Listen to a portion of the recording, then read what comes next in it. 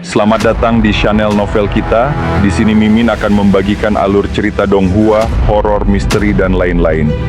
Dukung Mimin dengan subscribe dan nyalakan lonceng notifikasinya.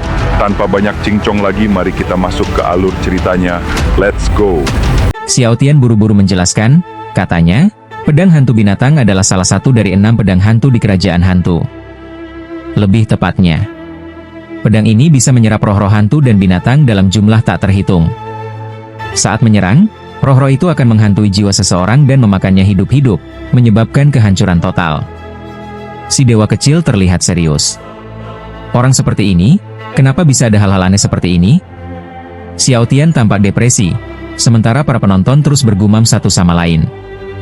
Huakui meragukan, pedang, hantu, dan binatang itu benar-benar muncul. Tukang jagal itu, sambil memegang pedangnya dan menatap ketiga orang di dekat Lin Tian, berkata dengan senyum, "Tiga orang ini, kalau kalian tidak mau mati, lebih baik menyerah. Atau aku akan membunuh kalian." Pedang ini bagus, Lin Tian tersenyum, lalu menjulurkan satu tangan. Pedang hantu binatang itu langsung terbang dari tangan lawannya dan jatuh ke tangan Lin Tian.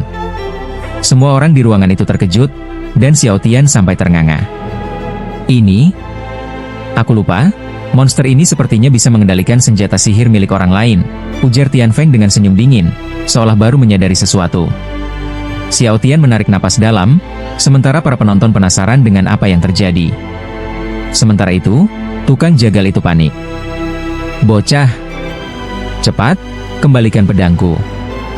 "Aku mau pedangnya." Lin Tian tersenyum lalu mengayunkan pedangnya. Roh-roh binatang dalam pedang itu keluar satu persatu. Orang-orang dari keluarga Zhuge melarikan diri ketakutan, dan si tukang jagal juga kabur sambil berteriak, Kau bajingan!" Lin Tian bergumam sambil memegang pedang hantu binatang itu, katanya kalau mengumpulkan ke-6 pedang hantu, akan muncul efek tak terduga. Tanpa mempedulikan apa yang akan terjadi pada ke-6 pedang itu, Tian Feng bertanya dengan antusias, "Coba lihat apakah pedang ini benar-benar bisa memakan roh orang lain." Pedang ini dipengaruhi oleh si pengguna. Misalnya, jika seseorang memiliki kekuatan roh setara dengan Dewa Buddha setengah langkah tingkat 50, maka pedang ini tidak akan efektif melawan Dewa Buddha setengah langkah yang lebih kuat dari dirinya. Setelah mendengar itu, Tian Feng tampak kecewa. "Kupikir pedang ini sangat hebat." "Ini memang hebat, hanya saja meminjam kekuatan jiwa orang lain." "Bukankah itu hebat juga?" Lin Tian tertawa aneh. Tapi Tian Feng berkata, "Kalau begitu, pedang ini memang cocok untukmu." "Hampir begitu." Lin Tian tersenyum aneh, lalu menyimpan pedangnya. Tian Feng memandang keluarga Zhuge dan bertanya, "Sekarang kita harus bagaimana?" "Keluarga Zhuge ini, kalau mereka ingin kita jadi tamu, ayo kita lihat-lihat." Lin Tian berkata sambil tersenyum, dan Tian Feng kaget, "Kau mau bikin masalah di rumah keluarga Zhuge?" "Mereka sendiri yang undang kita," jawab Lin Tian sambil tersenyum. "Aku suka itu.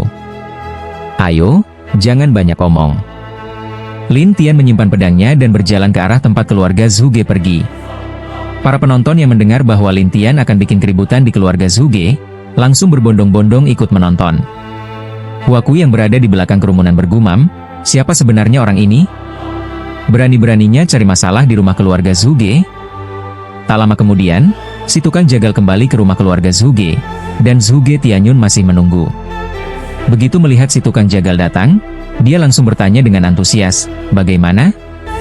Sudah selesai?" "Belum." Wajahnya yang tadinya tenang kini penuh kepanikan. Zhuge Tianyun tidak mengerti, "Kenapa kau begitu panik?" Aneh sekali." Si tukang jagal sudah tak percaya diri lagi saat membicarakan Lin Tian, namun Zhuge Tianyun masih belum paham. Para penjaga yang ikut dengannya pun melapor satu persatu. Zhuge Tianyun terkejut. "Apa? Orang ini sekuat itu?" Tukang jagal menghela napas, ini semua karena ketidakmampuan bawahannya. Zhuge Tianyun tampak tidak senang. Lalu, seorang penjaga datang dan melapor, mereka sudah sampai. Zhuge Tianyun dan si tukang jagal menatap penjaga itu penasaran. Penjaga itu berkata, "3 orang itu sudah datang ke rumah keluarga Zhuge."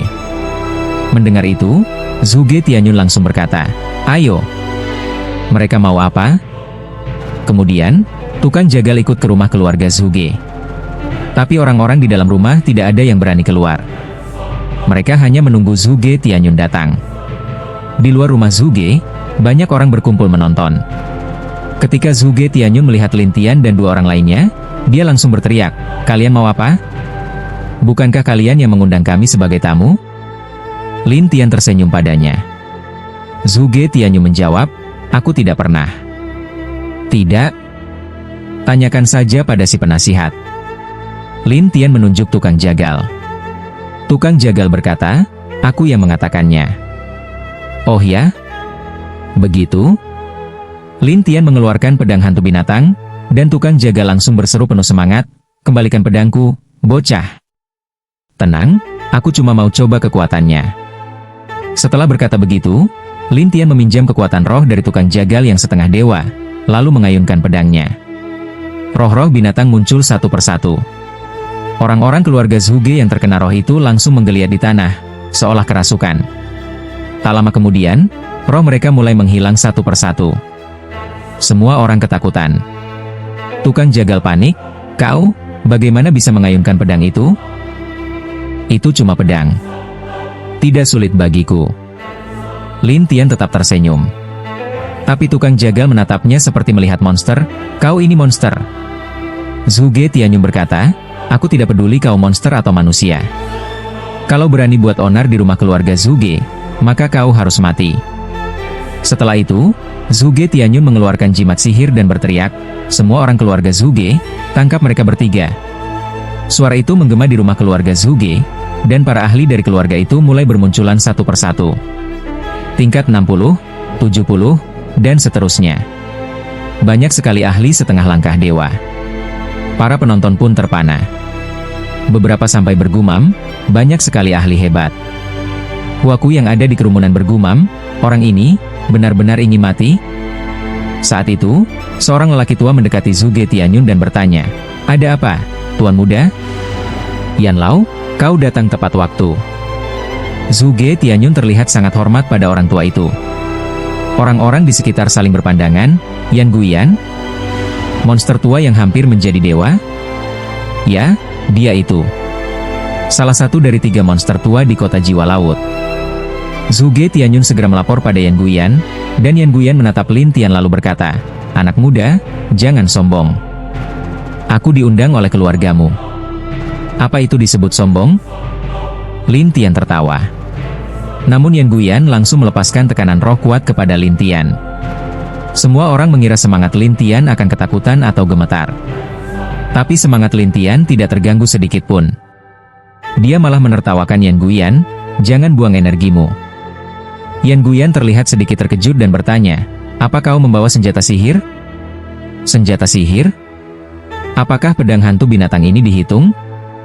Lin Tian tersenyum aneh, lalu menggunakan kekuatan roh Yan Guyan untuk memanggil roh binatang yang lebih kuat dan lebih banyak lagi. Semua orang di ruangan itu saling berpandangan, menyaksikan roh-roh hewan melayang-layang di langit sambil terbata-bata. Zhuge Tianyun bahkan lebih ketakutan dan gemetar. "Yan Lao, ini." Yan Guyan mengerang. Dengan satu lambaian tangannya, cahaya biru yang tak terhitung jumlahnya muncul, lalu berubah menjadi jaring laba-laba raksasa yang jatuh satu persatu ke atas roh-roh binatang dan menekannya. Lin Tian kemudian menarik kembali roh dari pedang binatang hantu itu dan tersenyum. Luar biasa kuat. Orang-orang pun terkejut dengan kekuatan Yan Guyan, dan Han Tianfeng mengumpat, "Monster tua ini mengerikan sekali. Apa yang harus kita lakukan sekarang?" Zhuge Tianyun berkata dengan sombong, "Anak muda, apa kau masih sombong sekarang?" Semua orang mengira Lin Tian akan ketakutan, tapi Lin Tian hanya mengangkat bahu dan tersenyum. Sepertinya tak perlu main-main lagi. "Main-main? Siapa yang main denganmu?" Zhuge Tianyun pun mulai panik, dan Yan Guyan berkata dingin, "Anak muda, kalau kau tidak mau mati, katakan padaku, apakah kau memiliki senjata sihir? Kenapa aku harus memberitahumu?" Lin Tian sama sekali tidak menganggap lawannya serius. Yan Guyan lalu melompat dengan cahaya biru dan menampar roh Lin Tian dengan telapak tangan. Semua orang mengira Lin Tian akan terbakar habis jika tidak mati, tetapi roh Lin Tian sama sekali tidak terluka, dan ia malah tertawa melihat serangan itu. "Kau memang kuat juga."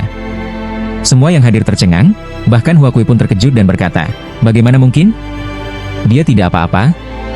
Tak hanya Huakui, Zhuge Tianyun juga berkata dengan bodoh, "Apa yang sedang terjadi?" Si tukang jagal pun terdiam, mengerikan sekali.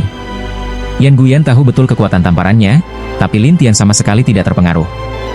Dia mencoba lagi, tapi hasilnya tetap sama.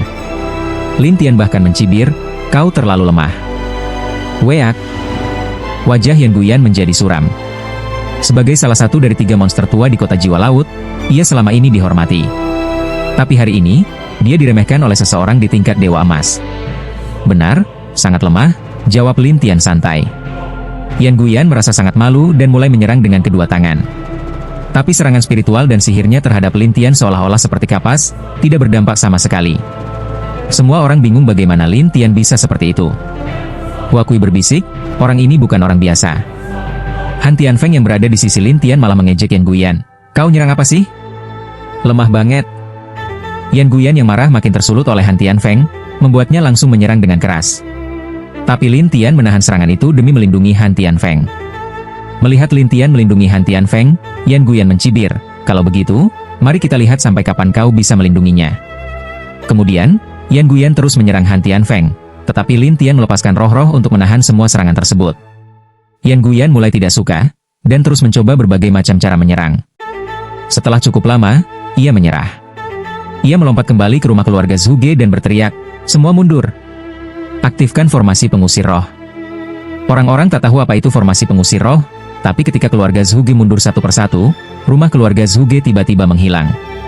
Yang tersisa hanyalah lahan kosong, membuat semua orang bingung. Apa yang terjadi?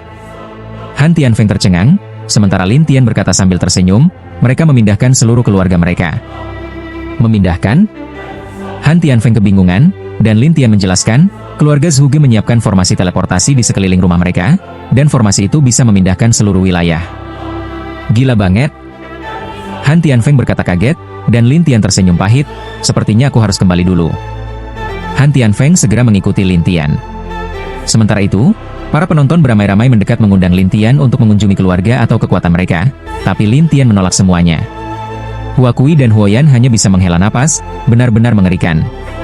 Sementara itu, di hutan karang tersembunyi di luar kota jiwa laut, sebuah formasi besar menyelimuti sebuah tempat, markas keluarga Zhuge. Zhuge Tianyun memandang Yan Guyan dengan muram. "Yan Lao, jadi kita benar-benar kabur dari kota seperti ini? Anak itu sulit ditangani, jadi kita hanya bisa menghindar, demi berjaga-jaga," jawab Yan Guyan setelah beristirahat. Semua orang saling pandang, tapi Zhuge Tianyun tidak rela. "Masa kita tidak bisa mengalahkannya? Kalau aku bisa, aku sudah kalahkan dia tadi.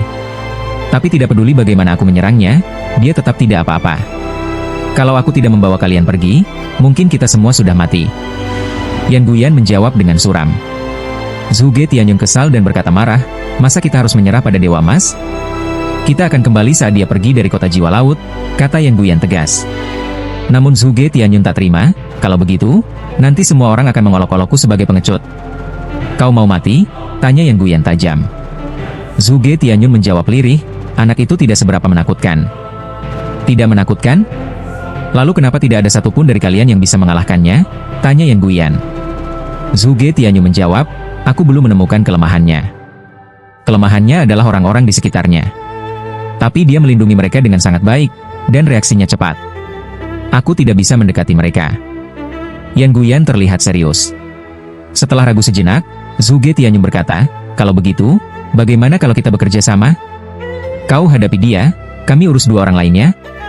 Anak itu bisa menciptakan bayangan yang jumlahnya tak terhitung, dan semua bayangan itu seperti dirinya sendiri. "Aku tidak bisa membedakannya," gumam Yan Guyan. "Jadi, tidak ada cara?" Zhuge Tianyun tidak bisa menerima kenyataan itu, dan ia pun frustrasi. Setelah berpikir, Yan Guyan berkata, "Aku akan berdiskusi dengan 2 monster tua lainnya, kalau ada perkembangan, aku akan beri kabar." "Baiklah." Yan Guyan pun bersiap pergi, tapi sebelum berangkat, ia memperingatkan, "Jangan mendekati dia sampai aku kembali." "Mengerti?" "Mengerti."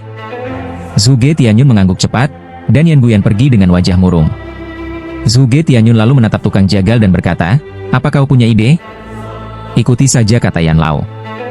"Jadi kita seperti kura-kura?" "Nunggu dia tanya kedua monster tua itu," kata Zhuge Tianyun dengan marah. "Itulah satu-satunya pilihan kita sekarang. Jadi, Tuan Muda, sebaiknya tenangkan diri dan berlatih saja," kata si tukang jagal dengan nada pasrah. Zhuge Tianyun tak punya pilihan lain. Ia menggertakkan giginya dan berkata, "Kalau aku berhasil menangkap anak itu, aku akan buat rohnya hancur." Si jagal memiliki pikiran yang sama, tetapi dia memikirkan masa depan Lin Tian. Ketiganya di kota itu menunggu dengan tenang. Saudara Lin, menurutmu apakah orang-orang dari keluarga Zhuge akan datang lagi? Tanya Han Tianfeng yang mulai gelisah, tetapi Lin Tian hanya tertawa dan berkata, ini adalah salah satu dari 4 keluarga besar di sini. Mereka pasti akan datang lagi. Kalau tidak, di mana muka mereka? Han Tianfeng mengangguk, itu benar. Xiao Tian tampak khawatir. Tapi kita ini berada di tempat terbuka, sedangkan mereka bisa bersembunyi. Bagaimana kalau tiba-tiba mereka menyerang kita dengan trik? Mendengar ini, Han Tianfeng langsung berseru, masa ya sih segitunya? Itu masih bisa terjadi, kata Xiao Tian dengan serius. Lalu suara Hua Kui Wu Huoyan kembali terdengar, kalian bertiga, sedang khawatir ya? Begitu mendengar suaranya lagi, Han Tianfeng mengeluh, hei, jangan-jangan kamu terus mengintip kami? Mengintip? Lucu. Di sini tidak ada segel atau formasi penghalang. Tentu saja aku bisa datang dan pergi sesuka hati, jawab Hua Kui dengan santai. Han Tianfeng mendesah, ya udah, kenapa gak langsung bilang aja dari dulu? Buat apa nunggu 3 hari? Karena kami sudah sepakat 3 hari. Aku dan dia sudah membuat janji, kata Hua Kui sambil memandang Lin Tian. Lin Tian hanya tersenyum. Hua Kui tidak mengerti, kamu senyum-senyum kenapa? Aku cuma ketawa. Kamu ini bosenin banget. Bosenin? Aku ini niatnya mau kasih tahu soal gerakan keluarga Zhuge, tapi kamu malah bilang aku bosenin. Ya udah, gak jadi bilang. Hua Kui mendengus, sementara Han Tianfeng buru-buru bertanya, gerakan apa? Tolong dong kasih tahu. Tapi ada syaratnya, jawab Hua Kui dengan nada main-main. Han Tianfeng mendengus kesal, kamu cuma bikin ribet aja. Terus kenapa? Emang gak boleh? Jawab Hua Kui sambil tertawa senang, seolah menikmati membuat mereka kesal. Ya udah, gak usah dikasih tahu, balas Han Tianfeng. Gak usah ya gak usah, kata Hua Kui santai. Han Tianfeng langsung menoleh ke Lin Tian. Saudara Lin, gimana kalau kita tangkap aja dia? Gak perlu, dalam 3 hari dia pasti akan kasih tahu semuanya, kata Lin Tian tenang. Tapi kenapa aku ngerasa dia ini gak bisa dipercaya? Tanya Han Tianfeng curiga. Percaya aja, 3 hari lagi kamu akan tahu, ujar Lin Tian. Hua Kui pun heran dan mencoba memancing mereka bicara lagi. Kalian benar-benar gak mau tahu? Han Tianfeng ingin menjawab, tapi Lin Tian menahan, kalau kamu gak pedulikan dia pasti pergi sendiri karena bosan. Akhirnya Han Tianfeng dan Xiao Tian pun menutup mata mereka. Hua Kui jadi cemas, beneran gak mau tahu gerakan keluarga Zhuge? Ketiganya tetap diam dengan mata tertutup. Hua Kui pun kesal dan akhirnya bicara, Yan Guyan dari keluarga Zhuge sekarang sedang menemui 2 monster tua lainnya buat membahas cara menghadapi kalian. Begitu mendengarnya, Han Tianfeng langsung senang, makasih udah ngasih tahu. Tapi kami gak takut sama monster tua sekalipun. Kalian tega menjebakku, seru Hua Kui kesal, lalu ia pun terbang pergi. Han Tianfeng menoleh ke Lin Tian, saudara Lin, kamu hebat juga. Bisa bikin dia bicara langsung. Lin Tian hanya tersenyum, sementara Han Tianfeng penasaran, 2 monster tua lainnya itu siapa ya? Menyeramkan gak sih? Xiao Tian berpikir sejenak, gimana kalau aku pergi mengintai? Tidak usah, jawab Lin Tian tegas, dan menyuruh Xiao Tian tetap di tempat. Sementara itu, di sebuah kuil di menara tertinggi kota jiwa laut, ada 2 lelaki tua duduk di hadapan Yan Guyan. Mereka sangat mirip satu sama lain, kakak beradik, dan juga 2 dari 3 monster tua di kota jiwa laut. Mereka disebut yang pertama dari kiri, dan yang kedua dari kiri. Mereka tampak kurus, tapi satu memancarkan cahaya biru, yang lainnya cahaya merah, seolah memiliki atribut roh hantu yang berbeda. Yan Guyan menatap pria bercahaya biru dan berkata, yang pertama dari kiri, kamu pasti sudah dengar beritanya. Tidak disangka kamu bisa kalah juga, jawabnya sambil tersenyum. Jangan diungkit. Anak itu monster. Semua jurus roh atau serangan jiwa gak mempan padanya, kata Yan Guyan kesal. Kami tadi melihat pertarunganmu di kota, kata yang pertama dari kiri. Terus kenapa kalian gak turun tangan? Tanya Yan Guyan. Yang pertama menoleh ke adiknya, adikku bilang anak itu gak bisa dianggap remeh, jadi aku diminta menahan diri dulu. Yan Guyan penasaran, yang kedua dari kiri, siapa sebenarnya dia? Aku juga gak tahu, tapi setelah mengamatinya, aku menemukan sesuatu yang aneh, jawabnya serius. Oh, Coba jelaskan, kata Yan Guyan penasaran. Tenaga jiwanya begitu kuat tapi tidak stabil. Sulit untuk mengukur seberapa besar kekuatan sejatinya meski dia masih di tahap Dewa Emas. Mungkin karena senjata sihirnya? Tanya Yan Guyan. Yang kedua menggeleng, kurasa ini bukan soal senjata sihir. Maksudmu apa? Tanya Yan Guyan kesal. Kamu pernah dengar tentang peminjam kekuatan jiwa? Tanya yang kedua dari kiri. Peminjam kekuatan jiwa? Itu teknik milik kerajaan hantu. Hanya mereka yang mewarisi ilmu klan jiwa yang bisa melakukannya, jawab Yan Guyan. Itulah kenapa aku merasa dia mungkin meminjam dari klan jiwa, ujar yang kedua. Tapi kalau benar, kenapa penampakannya begitu biasa? Orang yang meminjam dari klan jiwa biasanya punya aura yang tinggi, sela yang pertama. Aku cuma menebak, mungkin saja aku salah, kata yang kedua. Kalau gitu gak usah ditebak-tebak. Kita bertiga saja bersatu, pasti bisa mengalahkan dia, kata Yan Guyan penuh semangat. Namun yang kedua ragu, tapi kalau dia benar-benar meminjam kekuatan jiwa, bagaimana kita menghadapinya? Kalian berdua punya jurus segel hantu langit, kan? Kalau kalian segel dia dulu, lalu aku habisi. Selesai sudah, kata Yan Guyan. Kedua bersaudara itu saling berpandangan, lalu akhirnya setuju. Yan Guyan menambahkan, tenang saja, nanti semua manfaatnya akan kita bagi bertiga.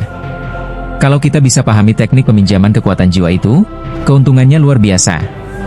Akhirnya mereka pun sepakat. Setelah itu, ketiganya keluar dari kuil dan terbang menuju penginapan tempat Lin Tian dan yang lainnya berada. Namun karena ketiga monster tua itu sangat mencolok, jalanan pun langsung ramai.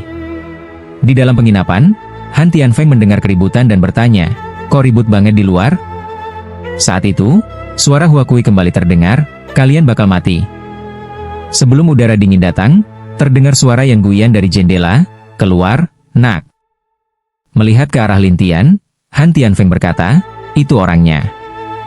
Lin Tian tersenyum, ada 3 orang di sini. 3? Apakah mereka menakutkan? Tanya Han Tianfeng dengan penasaran. Lin Tian bangkit dan berjalan ke jendela untuk melihat keluar. 3 pria itu tampak melayang di luar jendela. Apa kalian mau datang bersamaan atau satu persatu? Lin Tian mengejek mereka. Yan Guyan tertawa, nak, kau benar-benar tidak takut? Apa yang bisa kalian lakukan padaku? Kenapa aku harus takut? Balas Lin Tian. Yan Guyan menyeringai, kami sudah tahu kelemahanmu. Oh ya? Begitu ya? Lin Tian tersenyum, dan Yan Guyan menatapnya sambil berkata, kekuatan yang kau gunakan itu milik klan peminjam jiwa. Selama kami bisa mengendalikan kemampuanmu itu, kau akan menjadi tidak berguna. Peminjam jiwa? Ini pertama kalinya Lin Tian mendengar tentang ras itu, begitu juga Han Tianfeng dan yang lainnya. Dari kegelapan, Hua Kui berseru kaget, klan peminjam jiwa? Bukankah itu teknik meminjam jiwa? Lin Tian tidak menyangka bahwa teknik yang dia gunakan ada kaitannya dengan klan peminjam jiwa, dan itu membuatnya penasaran. Yan Guyan tersenyum puas, jadi aku tidak salah. Kalau begitu, bicaralah, jangan cuma menyombong, kata Lin Tian. Yan Guyan tersenyum penuh kemenangan, kau tamat. Setelah itu, dia memberi aba-aba kepada Zuo Yi dan Zuo Er, kalian, giliran kalian. 2 pria itu mulai mengumpulkan kekuatan. Cahaya merah dan biru saling bersilangan di langit, lalu membentuk telapak tangan raksasa yang mencengkeram roh Lin Tian. Semua orang terkejut, itu segel langit dan hantu. Segel langit dan hantu? Han Tianfeng tidak tahu apa itu, tapi Xiao Tian terkejut dan berkata, mereka bisa menggunakan kekuatan sehebat itu? Yan Guyan berkata dengan bangga, nak, segel langit dan hantu bisa menyegel kekuatan seseorang, membuat orang itu tak bisa menggunakan kekuatannya sama sekali. Tak bisa menggunakan kekuatan sama sekali? Lin Tian tersenyum. Yan Guyan menambahkan, benar, setelah tersegel, bahkan teknik jiwamu tak bisa dipakai. Tapi Lin Tian tetap tersenyum, dan senyum itu membuat Zuo Yi dan Zuo Er cemas. Yan Guyan pun geram, kenapa kau tertawa? Aku tertawa karena kalian bodoh, jawab Lin Tian. Yan Guyan marah, berani-beraninya kau bilang aku bodoh? Tentu saja. Begitu Lin Tian selesai bicara, dia langsung memecahkan segel dan menggunakan teknik lompatan ruang untuk menghilang dari tempatnya. Semua orang kaget dan tergagap, dia bisa pergi meski sudah disegel? Bagaimana mungkin? Yan Guyan panik dan mencari sekeliling. Lin Tian muncul di belakang mereka dan berkata, "3 orang? Cuma segitu saja kemampuan kalian?" Melihat segel mereka tidak berguna, Yan Guyan berkata kepada 2 orang lainnya, "Kita serang bersama." Ketiga monster tua itu menyerang Lin Tian bertubi-tubi, berharap bisa menghancurkannya. Tapi serangan mereka tidak berdampak apa-apa pada roh Lin Tian. Orang-orang di sekeliling hanya bisa terpaku melihatnya. Hua Kui di tengah kerumunan bergumam, 3 monster tua bukan tandingannya? Han Tianfeng kagum, sungguh luar biasa. Xiao Tian menambahkan, "Guru, ini artinya dia adalah makhluk terkuat di dunia jiwa laut ini." Han Tianfeng menjawab, "Jangan dilebih-lebihkan." Tapi Xiao Tian bersikeras, 3 monster tua itu yang terkuat, tapi guru tidak takut sama sekali. Bukankah itu artinya dia yang terkuat? Kan masih ada dewa juga, kata Han Tianfeng dengan sinis. Lin Tian menatap 3 orang yang terkejut dan berkata, "Sudah cukup? Mau berhenti sekarang?" Ketiganya saling pandang lalu menghilang dalam sekejap. Lin Tian menghela napas, membosankan sekali, mereka selalu kabur. "Siapa suruh kau begitu mengerikan?" kata Xiao Tian sambil tertawa. "Kalau aku jadi mereka, aku juga bakal lari." "Tak bisa terus begini," gumam Lin Tian sambil menatap ke arah mereka kabur. Han Tianfeng bertanya, "Kau tidak berniat mengejar mereka, kan?" "Aku tertarik dengan peminjam jiwa," kata Lin Tian lalu membawa 2 orang temannya masuk ke ruang sihirnya dan melompat pergi. Sementara itu, di kuil atas menara, Zuo Yi berkata dengan lesu, "Tak kusangka kita gagal." Zuo Er mengeluh, "Kita tidak cukup persiapan kali ini. Itu kesalahan kita." Yan Guyan tak senang dan berkata, "Kita harus cari cara untuk mengalahkan anak itu." Tapi segel langit dan hantu tak mempan padanya. "Apa yang bisa kita lakukan?" tanya Zuo Er. "Aku juga tak tahu," jawab Zuo Yi. Yan Guyan berkata dengan nada putus asa, "Lalu kita harus diam saja dan menunggu mati?" Saat itu, Lin Tian tiba-tiba muncul dan tersenyum. "Bagaimana diskusinya, kalian bertiga?" Ketiganya terkejut dan langsung mundur. Yan Guyan tergagap, Kau bagaimana bisa ada di sini? Hanya kalian yang boleh menyerangku? Aku tak boleh menyerang balik?" Lin Tian tertawa. Ketiganya langsung berpandangan dan bersiap kabur lagi. Namun Lin Tian berkata, "Aku cuma ingin ngobrol." "Kenapa buru-buru pergi?" "Ngobrol? Ngobrol tentang apa?" tanya Yan Guyan dengan curiga. Kedua orang lainnya juga memandang Lin Tian dengan aneh. "Apa itu peminjam jiwa?" tanya Lin Tian sambil tertawa. Yan Guyan berpikir sebentar, lalu tertawa. "Apa? Kau tidak tahu tentang klan peminjam jiwa?" "Kalau aku tahu, kenapa aku datang ke sini?" balas Lin Tian. Yan Guyan berkata, "Kalau begitu, kami akan beritahu kalau kau ceritakan asal-usulmu." Tapi Lin Tian tersenyum, "Kalian yakin akan benar-benar memberitahuku?" Ketiganya mengangguk, tapi Lin Tian tertawa kecil, "Aku khawatir kalian hanya berbohong." "Apa maksudmu?" tanya Yan Guyan. Zuo Yi juga bingung, "Kau tak percaya kami, lalu kenapa datang ke sini?" Zuo Er menimpali, "Anak ini, sebenarnya mau apa?" Melihat mereka mulai curiga, Lin Tian hanya tersenyum, "Aku rasa kita harus ngobrol dengan cara yang lebih serius." Tiba-tiba, muncul bayangan-bayangan sihir dan belenggu muncul di sekeliling mereka, seakan siap menangkap kapan saja. "Hei, kami bukan bodoh." Yan Guyan mengejek, lalu berusaha keluar dari jebakan, begitu juga 2 lainnya. Ketiganya langsung melarikan diri. Lin Tian terkekeh, "Sepertinya aku harus mencari cara untuk menjebak kalian bertiga." Ketiganya telah melarikan diri dan tidak tahu apa yang Lin Tian rencanakan. Saat mereka keluar dari kota, Zuo Er mengeluh, "Masih banyak barang kita di kuil." "Apa?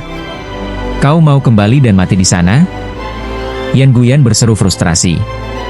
Zuo Er berkata dengan cemas, "Bagaimana kalau dia mengambil barang-barangku?" Yan Guyan bertanya dengan ragu, "Apa?" "Ya." Zuo Er, kiri 2, mengangguk, dan Zuo Yi, kiri 1, bertanya ragu, "Apakah itu tanamanmu?" "Ya, tanamanku kutinggalkan di luar kuil. Karena buru-buru pergi, aku lupa membawanya." Wajah Zuo Er tampak muram. Yan Guyan penasaran, "Apa itu? Apakah lebih penting daripada nyawa?" Alis Zuo Er mengernyit, "Bunga ajaib nomor 1 di dunia roh dan hantu, Gui Duancang, hantu patah hati." Gui Duancang? Kau menyimpannya semua? Mata Yan Guyan membelalak, dan Zuo'er menghela napas. Ya, aku yang memeliharanya. Aku berencana menggunakannya saat pergi ke negeri hantu nanti, supaya roh-roh mati tidak berani mendekat.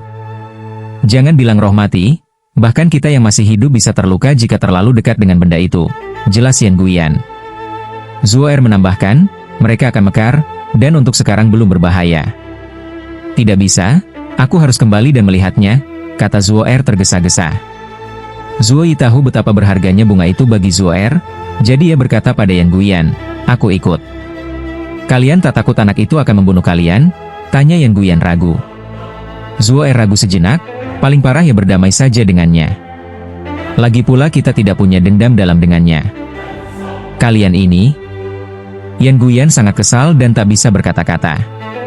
Kedua bersaudara itu pun langsung lompat dan kembali ke kuil. Urus saja dirimu sendiri. Yan Guyan pergi dengan kesal.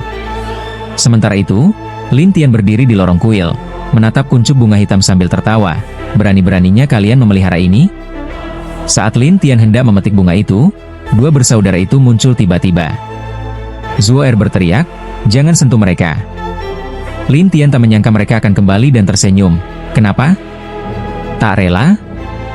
Zuo'er berkata muram, bunga itu kudapatkan dengan pertaruhan nyawa di negeri hantu, dan kupelihara dengan susah payah selama ini. Untuk apa kau pelihara bunga hantu itu? Tanya Lin Tian bingung. Zuo'er ragu, kalau aku beritahu, kau tidak akan menyulitkan kami? Menyesal? Tergantung suasana hatiku, jawab Lin Tian sambil tertawa. Zuo'er tahu kekuatan Lin Tian hebat, jadi buru-buru berkata, begini saja, kita buat kesepakatan. Kesepakatan? Ya, kau boleh minta apa saja, asal jangan sakiti bungaku. Zuo'er berkata putus asa. Bunga ini sangat penting untuk saudaraku dan aku. Lin Tian duduk dan tersenyum. Baik, katakan. Untuk apa bunga itu? Aku ingin melatih mereka untuk menghadapi makhluk-makhluk mengerikan di negeri hantu, jawab Zuo'er. Makhluk mengerikan? Tanya Lin Tian heran. Zuo'er berkata, istriku terjebak di suatu tempat di dunia roh dan hantu selama bertahun-tahun. Di sana banyak roh mati yang kuat dan binatang hantu yang menakutkan. Jika aku ingin menyelamatkannya, aku harus bergantung pada bunga-bunga ini. Mendengarnya, Lin Tian tertawa, ternyata kau orang yang setia juga. Aku sudah menunggu puluhan ribu tahun agar bunga ini mekar, agar bisa menyelamatkannya dan melawan para monster itu. Mendengar Zuo'er, Lin Tian teringat pada adik seperguruannya, dan berkata, baiklah, bunganya akan kukembalikan padamu, tapi kau harus menjawab satu pertanyaanku. Tanyakan saja. Apa sebenarnya soal peminjam jiwa? Zuo'er menjelaskan, peminjam jiwa adalah kelompok langka di dunia arwah. Mereka memiliki warisan khusus, yaitu teknik peminjaman jiwa. Warisan kemampuan? Ya, mereka dilahirkan dengan kemampuan itu, dan orang luar tidak bisa mempelajarinya. Lin Tian akhirnya mengerti, oh, jadi begitu rupanya. Aku sudah bilang semuanya, sekarang kau bisa kembalikan bunganya? Zuo'er bertanya penuh harap. Lin Tian tertawa, tentu, tapi ke depannya, jangan ganggu aku lagi. Kalau tidak, kalian tak akan seberuntung ini lagi. Setelah itu, Lin Tian melompat dan menghilang. Zuo'er pun menghela napas lega, tak disangka dia mengembalikannya. Zuoyi menjawab, tampaknya dia bukan orang jahat. Zuo'er malu, kakak, apa kita salah sebelumnya? Maksudmu? Kita dulu ingin mencuri kemampuannya, jadi bersekongkol dengan Yan Guyan. Zuoyi menghela napas, tak disangka dia tidak mempermasalahkan itu. Mulai sekarang kita tidak akan mengusiknya lagi. Ya? Zuo'er mengangguk dan kembali merawat bunga. Sementara itu, Lin Tian kembali ke penginapan dan membawa keluar Han Tianfeng dan Xiao Tian. Han Tianfeng heran karena tiga orang tua itu tidak ada. Di mana mereka? Mereka sudah pergi. Pergi? Tanya Han Tianfeng bingung. Lin Tian tersenyum tipis, dan Han Tianfeng kagum, tak disangka dua bersaudara itu punya sisi seperti itu. Aku rasa mereka tidak akan mengganggu kita lagi, tapi Yan Guyan pasti belum menyerah. Lin Tian tersenyum pahit. Jadi, kita tunggu saja. Han Tianfeng penasaran. Lin Tian tersenyum, tunggu saja mereka datang. Setelah itu, Lin Tian kembali memejamkan mata. Hua Kui muncul dan langsung duduk di kursi, menatap Lin Tian sambil mengejek, "Wah, bisa lolos dari 3 orang tua itu ya?" "Lolos? Kau pikir aku seperti itu?" Lin Tian bertanya. Hua Kui mencibir, "Jangan sombong." Han Tianfeng ikut tertawa. "Lihat, 2 dari 3 ahli di kota ini sudah tunduk. Menurutmu siapa lagi yang bisa menandinginya?" Hua Kui tersenyum misterius, "Jangan remehkan Yan Guyan, dia tidak sesederhana itu." "Di mataku, dia hanya badut," kata Han Tianfeng meremehkan. Hua Kui menggoda, "Pokoknya, pertunjukan seru masih akan datang." "Pertunjukan? Maksudmu apa?" Han Tianfeng bingung. Hua Kui tersenyum, "Nikmati saja nanti." Han Tianfeng penasaran, "Bisa jelaskan sekarang?" Hua Kui menggeleng sambil tersenyum, "Kalau dijelaskan duluan, tidak seru dong." Han Tianfeng ingin membalas, tapi Lin Tian yang masih memejamkan mata berkata, "Abaikan saja dia." Han Tianfeng akhirnya diam, begitu juga Xiao Tian. Hua Kui hanya duduk di sana sambil tersenyum seperti wanita nakal. Sementara itu, di kediaman keluarga Zhuge Tianyun mendengar bahwa 2 monster tua tidak ingin bermusuhan dengan Lin Tian. Ia pun berkata muram, "Lalu apa yang harus kulakukan?" "Aku tak akan membiarkan siapapun menghalangi orang yang ingin kutangkap," kata Yan Guyan dengan mata menyipit. "Kau punya cara lain?" "Aku akan bicara dengan ayahmu, mungkin kita bisa mengaktifkan formasi rahasia keluarga Zhuge." Setelah berkata demikian, Yan Guyan menghilang dalam sekejap. "Formasi rahasia?" Zhuge Tianyun tampak curiga, dan penjaganya berkata, "Selain ayahmu dan Tuan Yan, tidak ada yang tahu tentang formasi itu."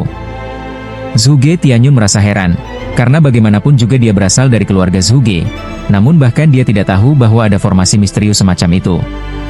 Namun, Yan Guyan datang ke sebuah ruang rahasia dan berdiri di depan sebuah dinding, di mana terdapat banyak hantu. Ketua keluarga. Meskipun Yan Guyan sudah berada di tingkat 80,5 langkah, dia tetap bersikap hormat di depan dinding itu. "Ada apa?" Pada saat itu, sebuah aura muncul dari dinding, dan Yan Guyan pun menjelaskan semuanya satu persatu. Sementara suara dari dinding itu bertanya dengan heran, "Oh, sehebat apa sih seorang anak di tingkat emas?" Menurut kedua orang itu, kekuatannya berasal dari kemampuan meminjam roh orang lain. "Ini pertama kalinya aku mendengar hal menarik semacam ini." Pemimpin keluarga Zhuge tertawa, dan Yan Guyan berkata, "Aku berniat mengaktifkan formasi itu, tapi itu hanya bisa digunakan saat keluarga Zhuge dalam krisis besar. Jadi aku ingin meminta izin padamu, apakah bisa digunakan lebih awal?" Formasi besar ini adalah rahasia. Sekali digunakan, seluruh dunia arwah akan mengetahuinya. Pemimpin keluarga Zhuge menghela napas. "Tapi ini adalah kesempatan besar." "Kau ingin mendapatkan teknik pinjam roh dari bocah itu?" tanya pemimpin keluarga Zhuge dengan penasaran, dan Yan Guyan menjawab, "Jika kita mendapatkannya, maka dengan kemampuanmu, kau bisa mempelajarinya. Dan setelah itu kita tak perlu takut pada roh apapun." "Kau mencoba menggoda aku." Pemimpin keluarga Zhuge tampak tertarik, dan Yan Guyan ragu-ragu, "Itulah sebabnya aku ingin memintamu secara langsung." "Lakukan saja, tapi formasi ini hanya bisa diaktifkan sekali setiap 100 tahun. Pikirkan baik-baik. Setelah diaktifkan, butuh 100 tahun lagi sebelum bisa digunakan kembali. Aku akan melakukan yang terbaik untuk melindungi keluarga Zhuge dalam 100 tahun ke depan." "Baiklah, lanjutkan," kata pemimpin keluarga Zhuge. "Baik." Yan Guyan sangat senang. Dia segera pergi dan kembali ke halaman keluarga Zhuge. Lalu Zhuge Tianyun bertanya, "Bagaimana, Yan Lao? Ayahmu sudah setuju untuk mengaktifkan formasi besar itu? Jadi sekarang kita harus memindahkan keluarga kembali ke kota. Lalu aku akan memimpin aktivasi formasi," kata Yan Guyan dengan bersemangat. Zhuge Tianyun pun berkata dengan penuh harap, "Jika formasi besar itu aktif, apakah kita bisa menyingkirkan bocah itu?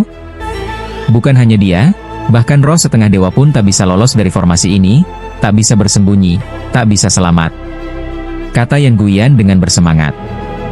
Mendengar itu, Zhuge Tianyun berkata, "Ayo." Kemudian Yan Guyan memerintahkan orang-orang untuk mengaktifkan formasi dan memindahkan keluarga Zhuge kembali ke kota. Penduduk kota pun terkejut saat melihat keluarga Zhuge muncul kembali dan segera berkumpul di sekitarnya. Tak hanya itu, pusaran besar mulai muncul di langit di atas rumah keluarga Zhuge, disertai kilatan petir di sekitarnya. Semua orang terkejut melihat ini, termasuk Zuo Yi dan Zuo Er yang berada di kuil. Sementara itu, Hua Kui yang berada di sana tiba-tiba berdiri dan melihat ke langit dari jendela, lalu mengerutkan kening. Apa mereka sudah gila? Dingin Tianfeng yang merasa tergugah juga melihat keluar dengan penasaran, lalu bertanya, ada apa itu? Katanya keluarga Zhuge memiliki formasi angin petir hantu, yang bisa menjebak roh apapun, tapi biasanya hanya digunakan saat mereka dalam bahaya. Kalau mereka mengaktifkannya sekarang, berarti targetnya jelas dia. Kata Hua Kui sambil melihat ke arah Lin Tian dengan aneh. Namun Lin Tian hanya tertawa, begitu ya? Kalau begitu, aku akan keluar sebentar, kalian tetap di sini. Setelah itu, Lin Tian terbang keluar, dan awan petir di langit segera mengelilinginya. Angin dingin Tianfeng menjadi sangat khawatir, sedangkan Hua Kui mengejek, benar-benar cari mati. Warga kota melihat bahwa Lin Tian tidak melarikan diri, malah tetap berada di bawah awan petir, dan mereka pun mulai bergosip. Bocah ini gila ya? Gak kabur? Mungkin dia terlalu percaya diri. Benar-benar tak tahu diri. Saat semua orang membicarakannya, Yan Guyan berdiri di luar awan petir dan mengejek Lin Tian. Bocah, berani-beraninya kau tak lari? Kenapa? Cuma formasi kecil, bisa menjatuhkanku? Tanya Lin Tian sambil tertawa, dan si hantu yang tertawa. Formasi kecil? Memangnya bukan? Jawab Lin Tian dengan senyum, dan Yan Guyan mengejek, formasi ini bernama formasi angin petir hantu. Sekali terperangkap, bahkan roh tingkat setengah dewa sekalipun akan hancur. Mendengar ini, semua orang terkejut, dan Zuo Yi serta Zuo Er pun mengernyit. Tapi Lin Tian hanya tertawa santai. Yan Guyan meliriknya dan berkata, apa maksudmu, bocah? Maksudku, formasi kalian tak ada gunanya bagiku. Kata Lin Tian langsung, dan Yan Guyan tertawa, tak berguna? Kau yakin? Coba saja tingkatkan kekuatannya. Jawab Lin Tian sambil tersenyum, dan Yan Guyan pun mengerutkan kening, aku tak menambah kekuatannya karena aku tak ingin membunuhmu. Apa? Tak ingin membunuhku? Asal kau memberitahu aku cara menggunakan kekuatan pinjaman roh, aku akan mengampunimu. Jelas Yan Guyan. Tapi Lin Tian hanya tertawa dan tidak menjawab, lalu Zhuge Tianyum berkata, Yan Lao, jangan buang waktu dengannya, langsung saja. Yan Guyan lalu memandang Lin Tian dengan dingin. Kalau memang mau menyerang, tambahkan saja kekuatan formasinya, itu lebih berguna. Kata Lin Tian sambil tersenyum, dan Yan Guyan pun berkata, baiklah, kau tunggu saja. Setelah itu, dia mulai mengibaskan bendera kecil yang memancarkan kilatan petir, dan awan petir di sekitar Lin Tian pun makin ganas. Daya tarik dari formasi itu terasa kuat hingga roh-roh di sekitarnya pun kabur ketakutan. Tapi Yan Guyan hanya menatap Lin Tian dan tertawa. Bocah, lihatlah, kekuatan ini akan merobek rohmu dalam waktu singkat. Aku kira akan lebih kuat dari ini, tapi ternyata lemah juga. Kata-kata Lin Tian membuat semua orang mengira dia sedang bercanda. Yan Guyan pun mengejek, kau kira kami ini bodoh? Lin Tian hanya tertawa tanpa bicara. Dari kejauhan, Xiao Tian yang melihatnya merasa khawatir. Guru, apakah kau akan baik-baik saja? Tianfeng menjawab dengan senyum, lihat wajahnya, dia masih tertawa. Dia pasti baik-baik saja. Tapi Hua Kui tidak sependapat, dan berkata, mungkin dalam setengah jam lagi, rohnya akan benar-benar hancur. Namun Tianfeng berkata, lihatlah dia, apa ada asap roh dari tubuhnya? Hua Kui ragu, belum sekarang, tapi bukan berarti nanti akan baik-baik saja. Bagaimanapun juga, kau meremehkannya. Kata Tianfeng dengan santai, tapi Hua Kui masih bersikukuh, tingkat emas, sehebat apapun, ia tetap saja begitu. Begitu? Kalau begitu buka matamu lebar-lebar dan lihat baik-baik, bagaimana dia akan menghancurkan formasi ini. Tianfeng terlihat sangat yakin. Menghancurkan formasi? Jangan naif. Ini formasi roh tingkat dewa yang sangat kuat. Bahkan roh setengah dewa yang kuat pun tak bisa menghancurkannya. Hua Kui mengejek. Ya, waktunya habis. Bersambung ya bos. Besok kita lanjut lagi, oke?